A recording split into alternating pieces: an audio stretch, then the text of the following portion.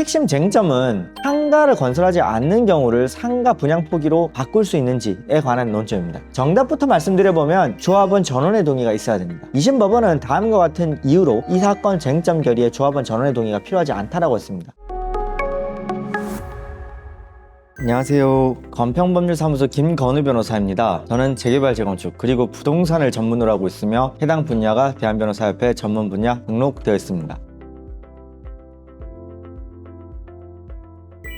오늘은 다음과 같은 질문이 있었습니다. 변호사님, 최근에 재건축 상가 조합원 주택 공급에 관해서 방배 6구역 및 신반포 2차의 굵직한 판결내들이 나왔다. 이에 관해서 총정리를 부탁드리겠습니다 라는 질의가 있어서 이에 관해서 말씀드려보겠습니다. 요즘은 재건축 정비 사업에서 상가, 부대복리시설이라고 하죠. 상가 조합원에게 주택을 공급할 수 있는지, 그 요건은 무엇인지, 그리고 이를 정관으로 변경하기 위한 의결 정족수는 어떻게 되는지가 매우 뜨거운 감자입니다. 금일은 방배 6구역 사건과 신반포 2차 사건을 각각 분석한 뒤에 양 사건의 차이점 및 의견을 제시해 보도록 하겠습니다. 방배 6구역 주택재건축 정비사업조합 사건 분석을 먼저 해보도록 하겠습니다. 방배 6구역 사건 경과에 대해서 말씀드려보면 1심은 서울중앙지방법원에서 있었고 상가 소유주들이 이겼습니다. 2심은 서울고등법원에서 2024년 5월 23일자로 있었고 상가 소유주들이 패했습니다. 다음으로는 3심 대법원이죠. 대법원에서는 2심의 판결이 확정되었습니다. 2024년도 8월 29일자의 판결내입니다. 핵심 쟁점은 상가를 건설하지 않는 경우를 상가 분양 포기로 바꿀 수 있는지에 관한 논점입니다. 즉, 이 사건의 핵심 쟁점은 기존 정관이라 하면 도시정비법 시행령 63조 2항 2호와 동일한데 새로운 상가를 건설하지 아니하는 경우로서 일정한 요건을 갖출 경우 1주택을 공급할 수 있다는 취지입니다. 요거를 상가 조합원이 상가 분양을 포기하면 주택을 공급받을 수 있도록 하는 내용으로 변경하는 것이었습니다. 이 변경 내용은 사실 옛날에 건설교통부 시절의 표준 정관과 동일한 내용으로 바꾸는 것이었습니다. 쟁점에 대해서 말씀드려보면 이 사건 안건의 가결에 필요한 의결 정족수가 첫째, 전체 조합원 과반수인지, 둘째, 조합원 전원의 동의인지, 셋째,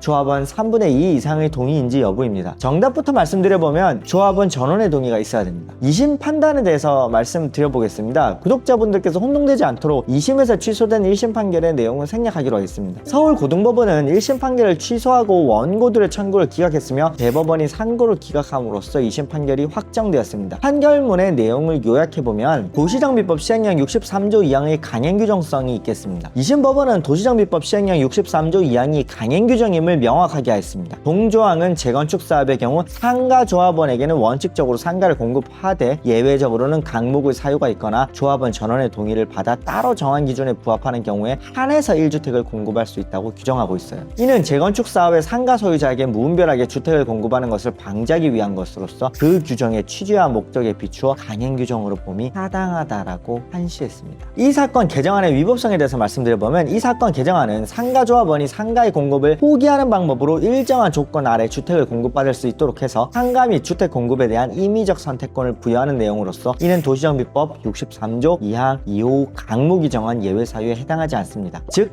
가목은 새로운 상가를 건설하지 아니하는 경우, 나목은 기존 상가 가액에서 새로 공급받는 상가 추산액을 뺀 금액이 최소 분양 단위 규모 추산액보다 클 것을, 다목은 새로 건설한 상가 중 최소 분양 단위 규모 추산액이 분양주택 최소 분양 단위 규모 추산액보다 클 것을 요건으로 요구하는데, 이 사건 개정안은 이러한 요건과 달리 상가 조합원의 임의적 선택에 의한 상가 포기를 주택 공급의 근거로 삼는 것이어서 강행 규정에 위반된다는 것입니다. 따라서 이 사건 개정안과 같이 시행령 63조 2항 2호와 다른 기준을 정하기 위해서는 동조항 단서에 따라 조합원 전원의 동의가 필요한데, 이 사건 총에서는 약 56%만이 동의했기 때문에 이 사건 안건은 부결된 것으로 봄이 타당하다라고 판시했습니다. 또 구표준정관 관련된 판단도 있는데, 2심 법원은 구건설교통부가 배포한 표준정관이 도시정비법 시행령 63조 2항 2호 가목의 문헌과 달리 새로운 부대시설을 공급받지 아니하는 경우로서 규정하고 있었으나 감사원 지적에 따라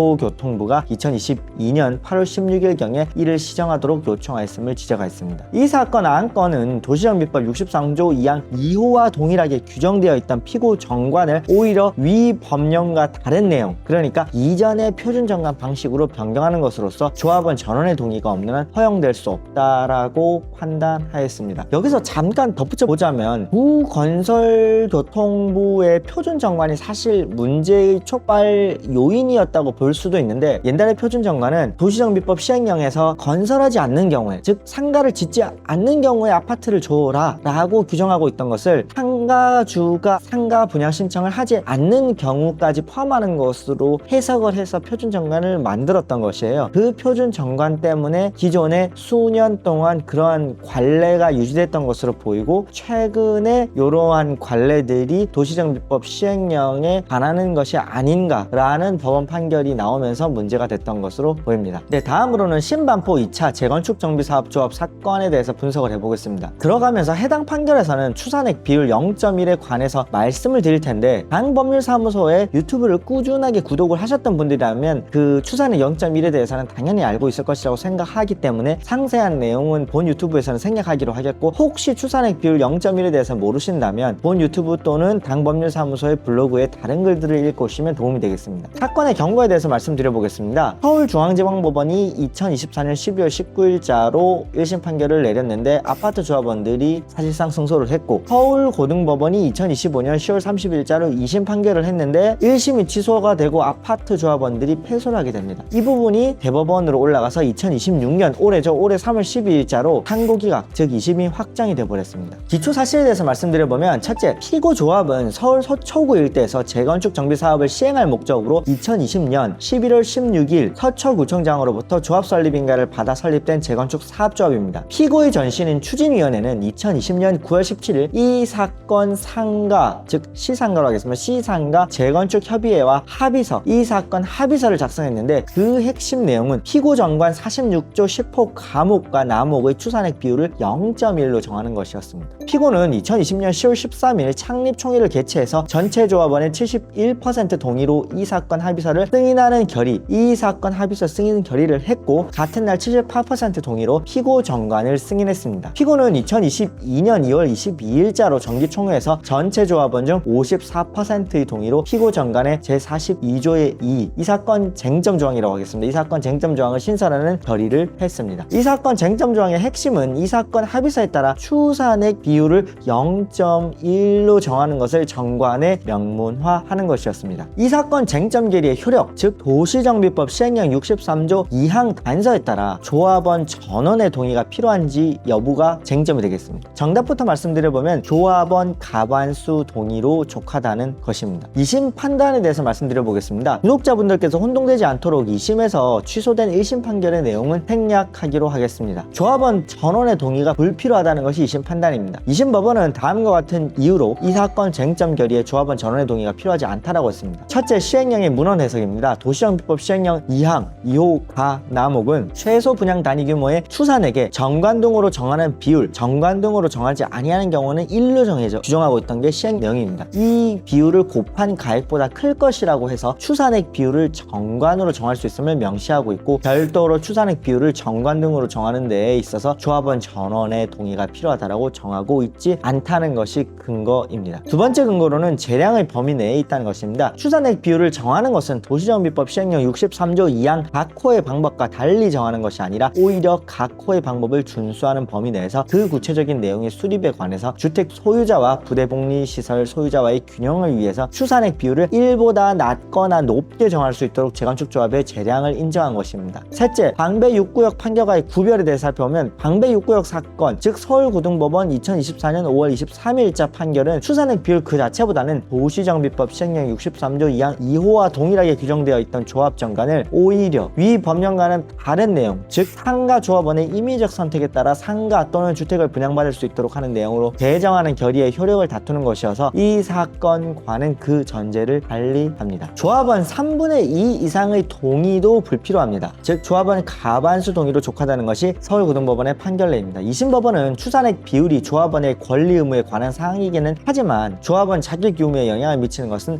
아니기 때문에 조합원의 자격에 관한 사항이라고 보기 어렵다라고 했습니다. 또한 조합의 비용 부담에 해당할 여지는 있으나 이 사건 쟁점 결의는 이 사건 합의서 승인 결의 창립총회에서 전체 조합원의 71.5%의 동의와 그 내용이 실질적으로 동의를 했기 때문에 조합원들이 이해관계에 중대한 영향을 미칠 정도로 실질적으로 변경되었다고 볼 수 없고, 이 사건 합의서 승인 결의가 조합원 3분의 2 이상의 동의를 얻어서 이루어진 이상 특별 다수에 의한 결의에 준하는 조합원 총의가 확인되었다고 볼 수 있다고 판시를 했습니다. 자, 두 사건을 한번 비교 분석해 보겠습니다. 방배 6구역과 신반포 2차에 대해서 비교를 해보면 도시정비법 시행령 63조 2항의 해석론에 있어서 차이가 있습니다. 두 사건을 통해 법원은 도시정비법 시행령 63조 2항의 구조를 다음과 같이 정리한 것으로 이해가 됩니다. 첫 번째 원칙, 상가 조합원에게는 상가를 공급한다. 두 번째, 법정의 예외가 있습니다. 시행령 63조 2항 2호 가목의 요건을 충족하는 경우에는 1주택 공급이 가능하다. 세 번째, 합의의 예외가 있습니다. 조합원 전원의 동의를 받아 따로 기준을 정하는 경우가 있겠습니다. 이 구조에서 따로 기준을 정하는 경우의 의미가 두 사건에서 달리 해석이 되고 있습니다. 방배 6구역 사건에서는 법정 예외 사유와 다른 새로운 기준, 임의적 선택권을 부여하는 것에 대해서 이에 해당된다라고 본 반면에 신반포 2차 사건에서는 법정 예외 사유의 범위 내에서 정관에 위임된 추산액 비율을 구체화하는 것은 이에 해당하지 않는다라고 보았습니다. 두 사건의 실질적 의의에 대해서 말씀드려 보겠습니다. 방배 6구역 사건은 법령과 동일한 정관을 법령보다 완화된 기준으로 변경하려는 시도에 대해 조합원 전원의 동의를 요구함으로써 상가 조합원에 대한 무분별한 주택 공급을 방지하려는 강행 규정의 실효성을 확보했다는 점에서 의의가 있겠습니다. 반면에 신반포 2차 사건은 법령이 정관에 위임한 사항, 그러니까 추산액 비율을 구체화하는 것은 조합원 전원의 동의가 없어도 가능하다는 점을 명확히 했고, 특히 창립총회에서 선행 결의가 특별 다수 결의에 준하는 총의로 인정될 수 있다는 법리를 제시하였다는 점에서 의의가 있겠습니다. 이는 재건축 사업 초기 단계에서 상가 조합원의 동의를 얻기 위해서 체결된 합의서의 법적 효력을 실질적으로 보장하는 방향의 판단입니다. 향후 실무상 유의점에 대해서 말씀드려보면, 두 사건을 종합을 해보면 재건축 정비 사업에서 상가 조합원에 대한 주택 공급 기준을 정관으로 정할 때는 다음 사항을 유의해야겠습니다. 첫째, 도시정비법 시행령 63조 2항 2호 강목의 법정 예외 사유와 다른 기준, 예를 들면 상가 포기 시에 임의적 주택 선택권을 부여한다는 내용을 설정하려면 조합원 전원의 동의가 필요합니다. 둘째, 법령이 정관에 위임한 추산액 비율을 구체적으로 정하는 것은 조합원 전원의 동의 없이 일반적인 정관 변경 절차, 그러니까 과반수 또는 3분의 2 이상에 따라 따를 수가 있겠습니다. 다만 그 비율이 조합원의 비용 부담에 중대한 영향을 미치는 경우에는 3분의 2 이상의 동의가 필요할 수 있겠습니다. 셋째, 조합 설립, 그러니까 신탁 방식의 경우에도 동의를 하겠습니다. 조합 설립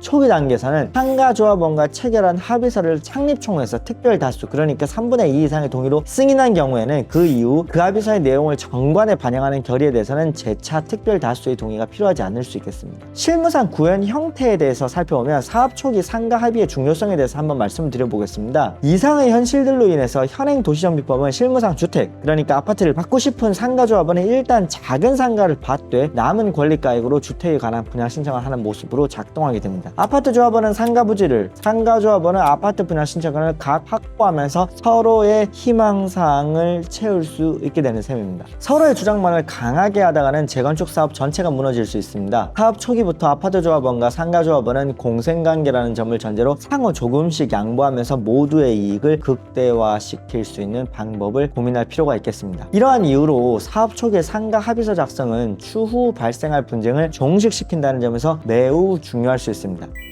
건평법률사무소는 최근인 2026년 6월 서울 강남 일원동 가람아파트의 상가합의서 작성을 최근 1년간 서울 목동 2단지, 5단지, 9단지 그리고 여의도 장미아파트, 광명 철산주공 13단지의 상가합의서 작성을 성공적으로 마무리한 사례가 있습니다. 이러한 성공적인 결과는 이해관계가 달라도 충분히 쌍방의 이익을 극대화시킬 수 있다는 당법률사무소의 철학이 반영된 것으로 보입니다. 정답은 없습니다. 입법의 불비 속에서도 살아남는 경험과 창의적인 솔루션이 지원이 필요한 시점입니다. 건평법률사무소는 당신 가장 가까이에 있겠습니다. 네, 본 유튜브 구독과 좋아요 알림 설정까지 바라며 다행법률사무소는 네이버 블로그를 운영하고 있어요. 네이버에 건평법률사무소라고 검색하고 들어오셔서 재개발, 재건축 그리고 부동산에 관련된 각종 유익한 정보들 많이 가져가실 수 있으면 좋겠습니다. 네, 이상입니다.